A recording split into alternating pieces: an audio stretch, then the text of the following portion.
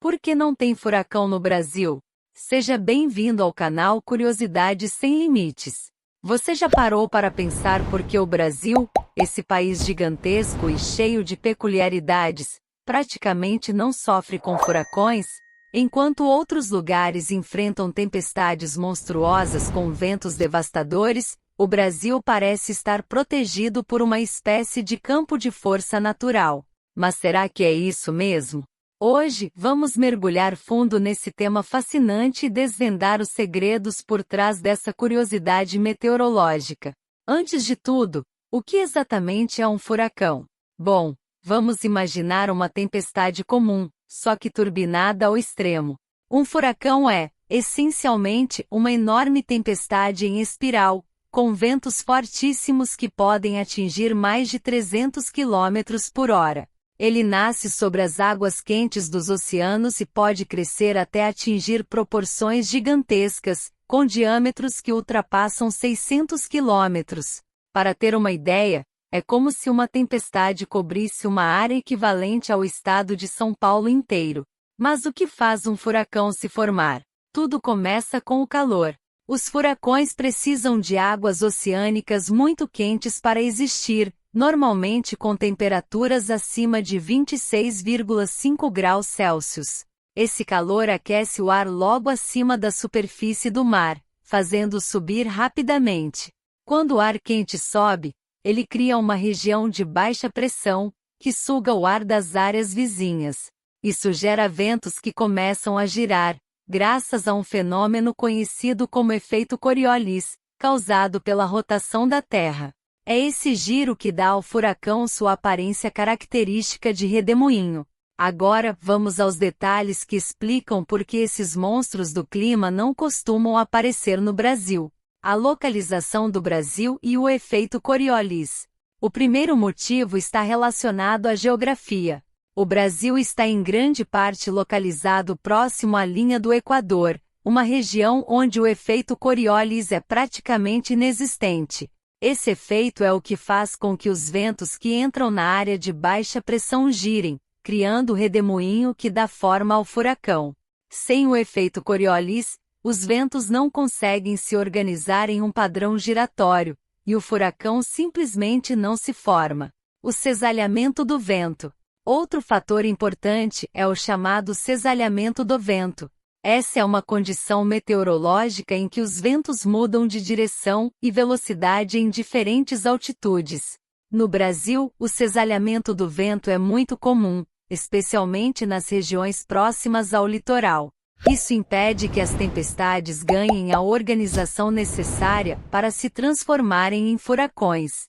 É como se os ventos estivessem constantemente bagunçando a formação de qualquer redemoinho. As águas mais frias do Atlântico Sul. O terceiro motivo é a temperatura da água.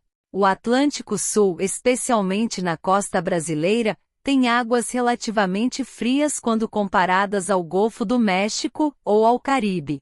Como mencionado antes, furacões dependem de águas quentes para ganhar energia.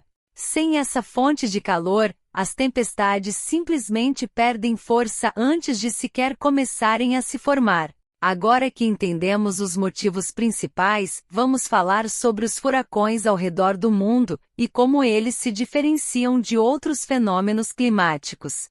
Furacão, tufão ou ciclone. Qual a diferença?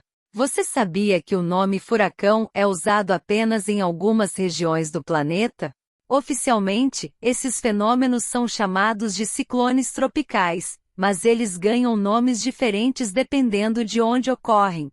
Furacões, é assim que chamamos os ciclones tropicais que se formam no Oceano Atlântico Norte e no Pacífico Nordeste, como os que atingem os Estados Unidos e o Caribe.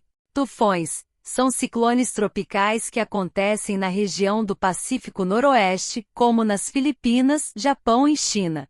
Ciclones, esse nome é usado para os fenômenos que surgem no Oceano Índico e no Pacífico Sul. A diferença está basicamente no nome, já que o mecanismo de formação é o mesmo.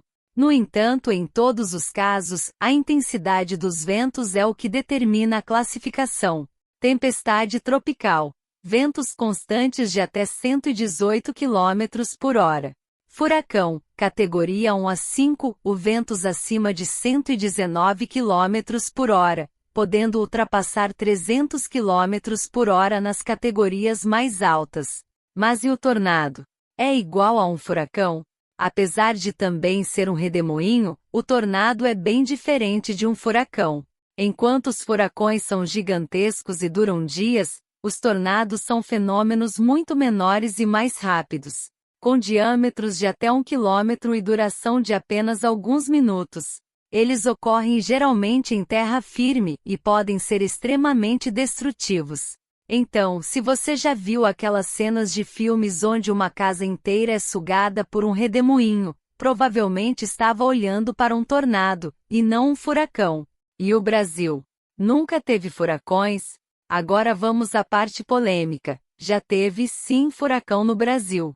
Em 2004, o furacão Catarina atingiu o estado de Santa Catarina, causando destruição e morte.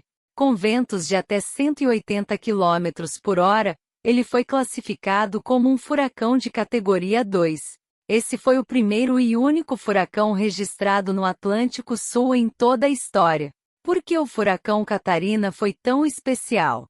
Bem, ele aconteceu em condições atípicas. As águas do Atlântico Sul estavam mais quentes do que o normal, e o cisalhamento do vento estava relativamente fraco. Foi como se todos os fatores se alinhassem para permitir que o furacão se formasse. Mas, como vimos, esses eventos são extremamente raros. No entanto, com o aquecimento global, as temperaturas dos oceanos estão subindo, aumentando a probabilidade de que furacões como o Catarina voltem a ocorrer no Brasil no futuro. Impactos do aquecimento global nos furacões. O aquecimento global está mudando o clima do planeta, e os furacões são diretamente afetados por isso. Com os oceanos mais quentes, os furacões estão se tornando mais intensos e frequentes. Além disso, o aumento do nível do mar torna as áreas costeiras ainda mais vulneráveis a inundações causadas pelos furacões. No Brasil, isso significa que as chances de furacões ocorrerem no futuro estão aumentando. Embora ainda sejamos uma região relativamente segura, é importante estarmos atentos a essas mudanças e nos prepararmos para possíveis eventos extremos. Então, por que não tem furacão no Brasil? Graças à localização geográfica, ao cisalhamento dos ventos e às águas mais frias do Atlântico Sul, o Brasil está protegido da maioria dos ciclones tropicais. No entanto, eventos como o furacão Catarina nos lembram que essa proteção não é absoluta. Se você gostou deste vídeo, não se esqueça de curtir, compartilhar e se inscrever no canal Curiosidades Sem Limites. Aqui a gente transforma ciência e curiosidade em conhecimento divertido e acessível. E lembre-se, cuidar do planeta é o melhor jeito de garantir que fenômenos como os furacões continuem sendo apenas uma curiosidade distante para nós.